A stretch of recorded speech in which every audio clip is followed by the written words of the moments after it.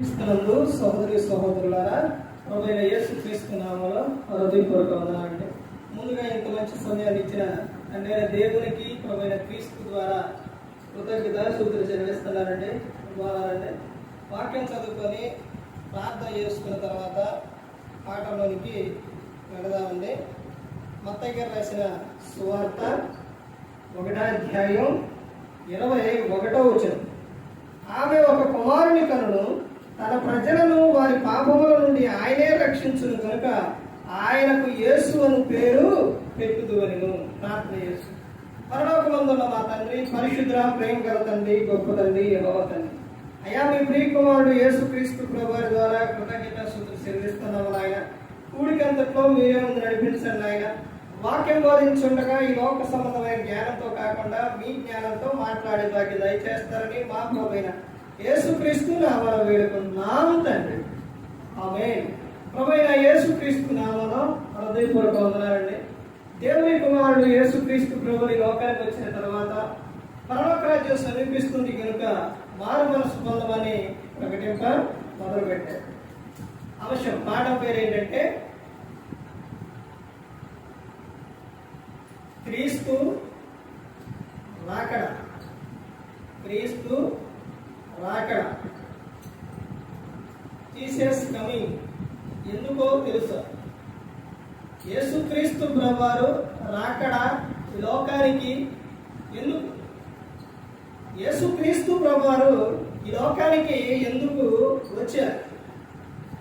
ఎందుకు వచ్చారు యేసుక్రీస్తు ప్రభువారు? ఇక్కడ చెబుతున్న విషయం ఏంటంటే, ఆమె ఒక కుమారుని కనును, తన ప్రజలను వారి పాపముల నుండి ఆయనే రక్షించు.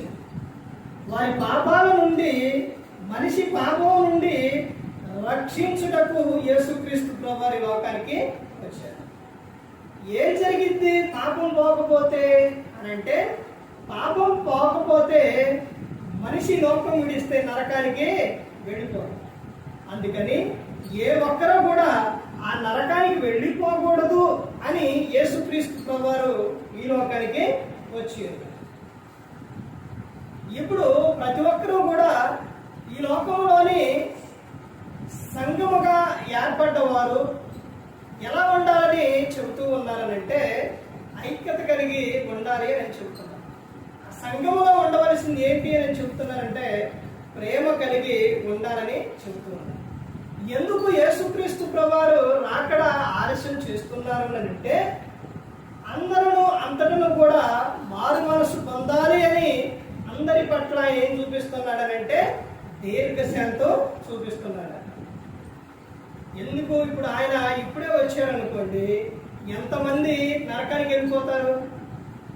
క్రీస్తుని అంగీకరించిన వారు, బాప్తిస్మం పొందని వారు, వీరందరూ కూడా చాలా మంది ఎక్కడికి వెళ్ళిపోతారు?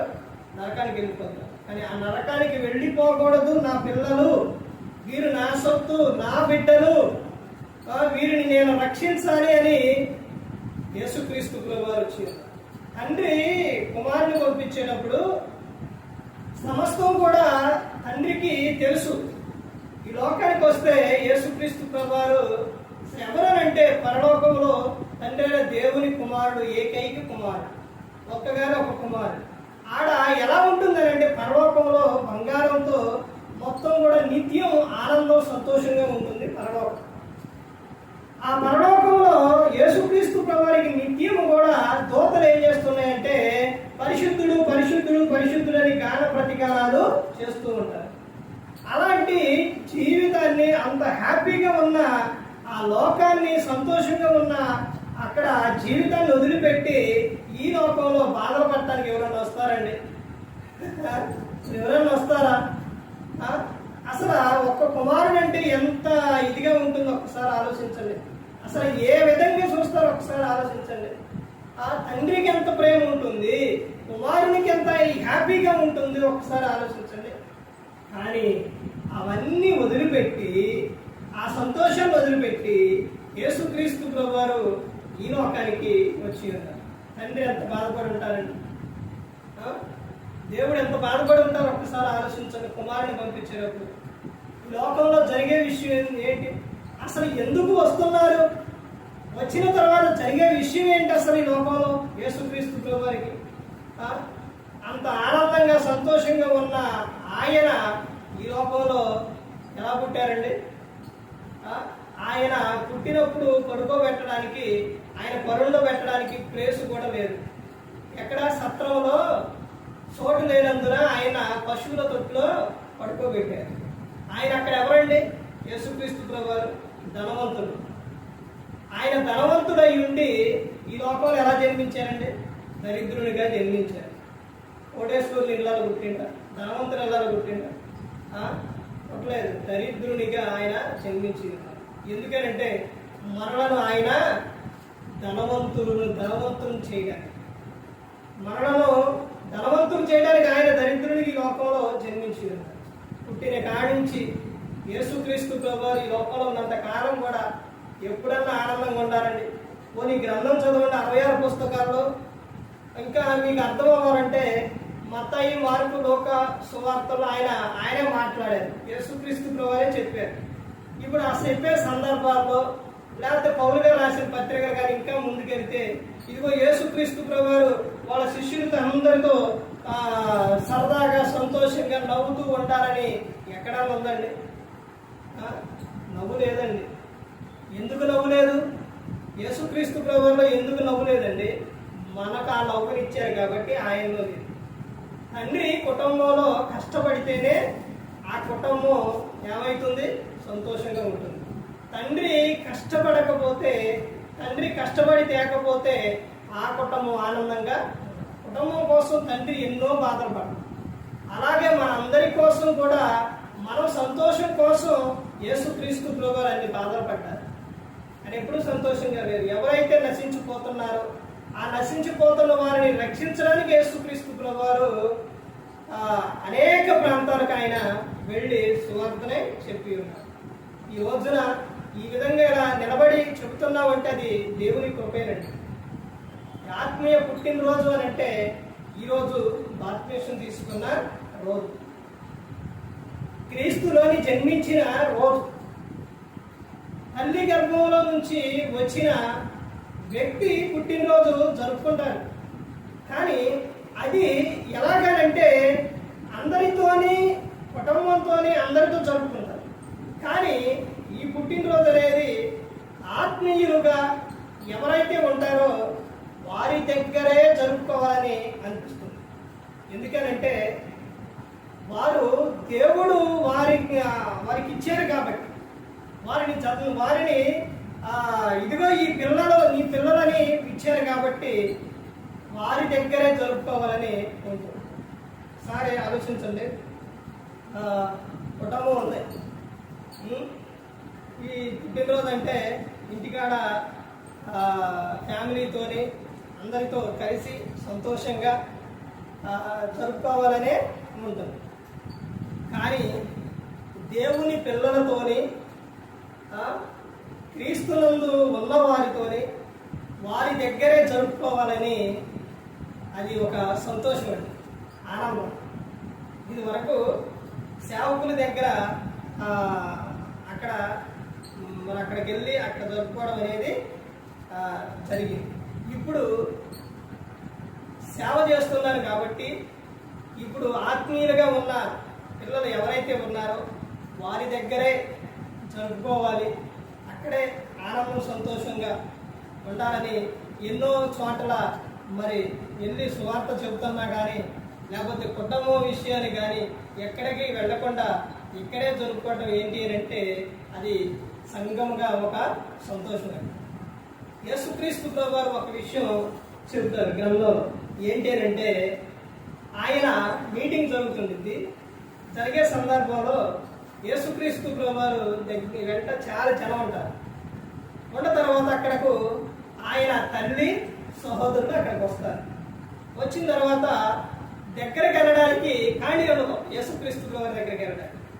అప్పుడు వాళ్ళలో ఒక ఆయన వెళ్ళి, అయ్యా ఇగో నీ తల్లి నీ సహోదరుడు వచ్చారు అని యేసుక్రీస్తు ప్రభువారికి చెబుతారు. చెబితే యేసుక్రీస్తు ప్రభువారు అక్కడున్న ప్రజలందరినీ చూసి ఇలా అంటాడనమాట. ఇలా చూపించి ఎవరు నా తల్లి, ఎవరు నా సహోదరుడు, ఎవరు నా తల్లి, ఎవరు నా సహోదరుడు?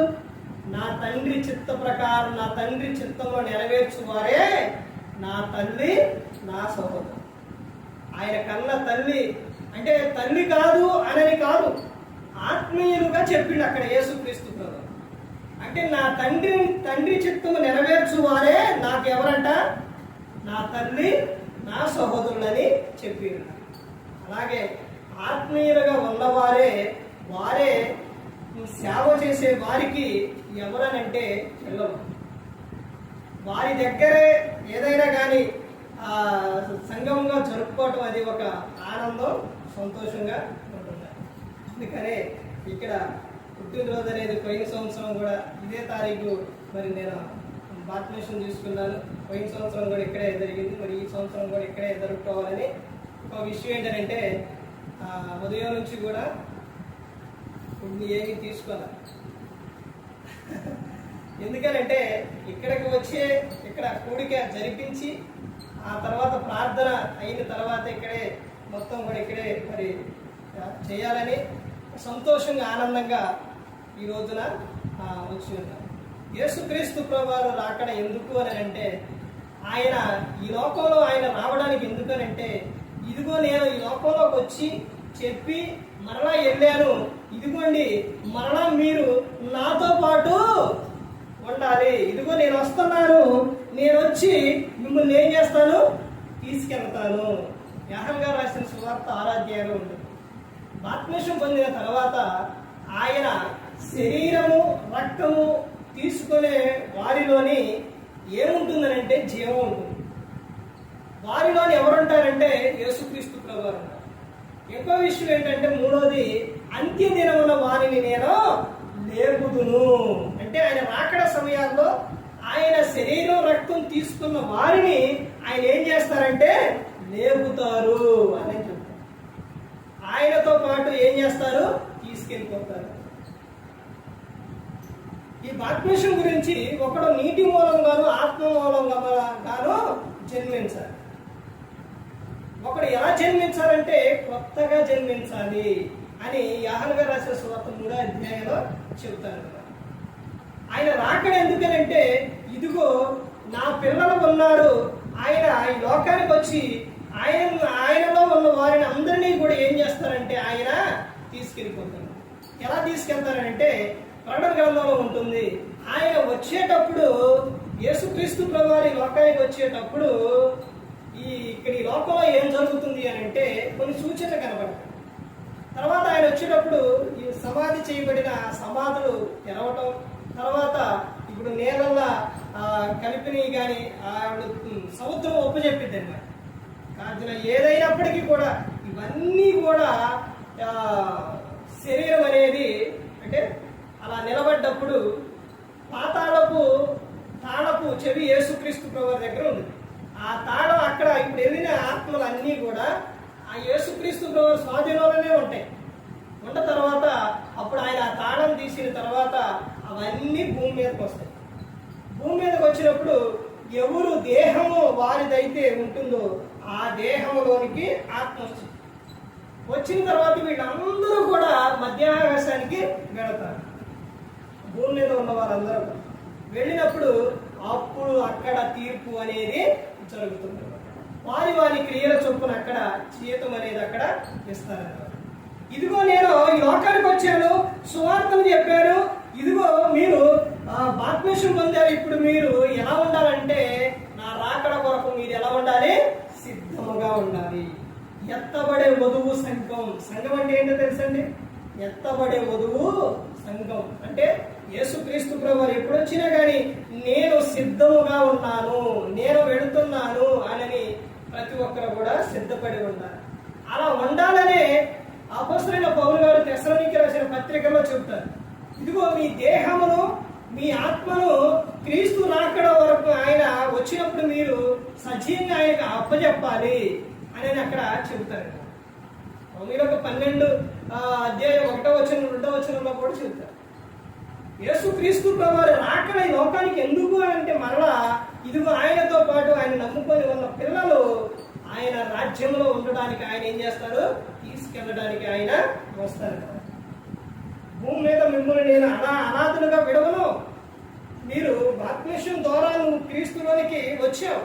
ఇప్పుడు నేను మీకు కొంతమంది ఆత్మీయ పిల్లల్ని ఇచ్చాను. వారి ద్వారానే మీకు ఆనందం, సంతోషం. ఆ తర్వాత మీరు నేను వచ్చినప్పుడు నాతో పాటు మీరు ఉంటారు అని ఆయన చెప్పారు.